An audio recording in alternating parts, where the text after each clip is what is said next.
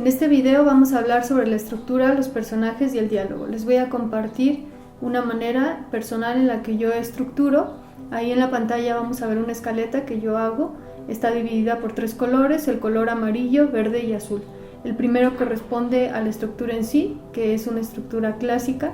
El segundo color, el azul, corresponde a la construcción del personaje y el tercero al discurso. La primera sirve para marcar el inicio de la historia, cómo va corriendo hacia el conflicto, cómo se va construyendo, el desarrollo, el desenlace. Ahí también está el clímax, es una estructura clásica, ahí podemos ver en la pantalla la línea del tiempo. En la segunda parte, que es la construcción del personaje, esto me sirve para marcar el objetivo del personaje y ver si mi personaje sí está avanzando hacia ese objetivo. Así voy intercalando escenas que vayan como ayudando al personaje a seguir este objetivo y que no se quede estancado en la historia. Después, el color azul, que es el discurso, que tiene que ver con lo que quiero decir, que es más allá de lo evidente. Es decir, hay que diferenciar entre lo que es el discurso y lo que es la estructura. La estructura es la historia como tal, lo que se está contando, y el discurso es qué hay detrás de esa historia, qué es lo que me interesa decir. Esto me sirve para que las escenas traten de cosas distintas. En algunas estoy hablando de cómo corre la historia, pero para eso debo explicar cómo es mi personaje, por qué está tomando esas decisiones, cómo va caminando hacia su conflicto. Entonces eso funciona para no perderse en escenas cotidianas que no abonan a nada. Bueno, dentro de esto, hablando de la estructura, quiero que hagamos una diferencia entre conflicto y problema. Se suele confundir lo que es un conflicto de la historia y el problema del personaje.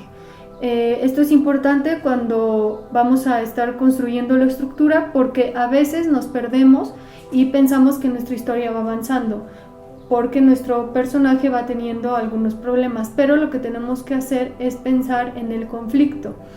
Ahora vamos a hablar de los personajes. Lo primero que hay que decir es que los personajes deben de ser complejos. Que un personaje sea complejo no significa que deba tener muchos problemas, sino que debe tener un objetivo muy claro y debe haber algo que se atraviese en ese objetivo. Esto sirve para que no se pierda entre tantos problemas el conflicto del personaje, y esto hará que sea un personaje complejo y por lo tanto humano. Un personaje debe tener una voz propia, puede ser una voz cercana a lo real. Podemos escuchar a las personas cómo hablan en sus contextos para entender cómo habla, por ejemplo, un arquitecto, cómo habla un boxeador, cómo habla una secretaria. Bueno, una vez que tenemos a nuestros personajes que tienen una voz propia, pues nuestros personajes van a hablar, si es el caso de una película en la que hay diálogos. Los diálogos también es algo complicado de construir. Lo que a mí me sirve para escribir diálogos es pensar que un diálogo nunca debe sustituir la imagen, y que si un diálogo está hablando más que la imagen, quizá no es necesario. Los diálogos deben ser acordes al personaje que está hablando. A veces hay personajes que pueden hablar muchísimo, que pueden dialogar mucho, y eso no está mal. Hay que entender que no se trata de que la película no esté dialogada, sino que el diálogo no sustituye a la imagen si esa no es la intención. A veces sí hay una intención de que el diálogo sea generador de imágenes, pero sí hay que cuidar que haya un equilibrio. También hay personajes que pueden no tener como muchas participaciones, y eso también está bien, que los diálogos sean verosímiles a nuestro personaje. Hay una cosa que yo me he dado cuenta, que es el uso del tiempo verbal. En México he escuchado diálogos en donde se usa el pretérito perfecto compuesto. Les voy a poner un ejemplo para que entendamos qué es.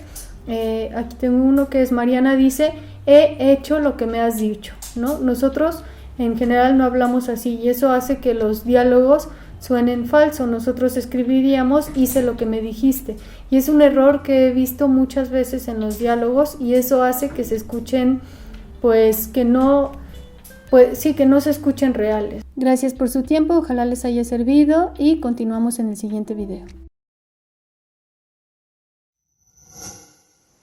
Gobierno de México.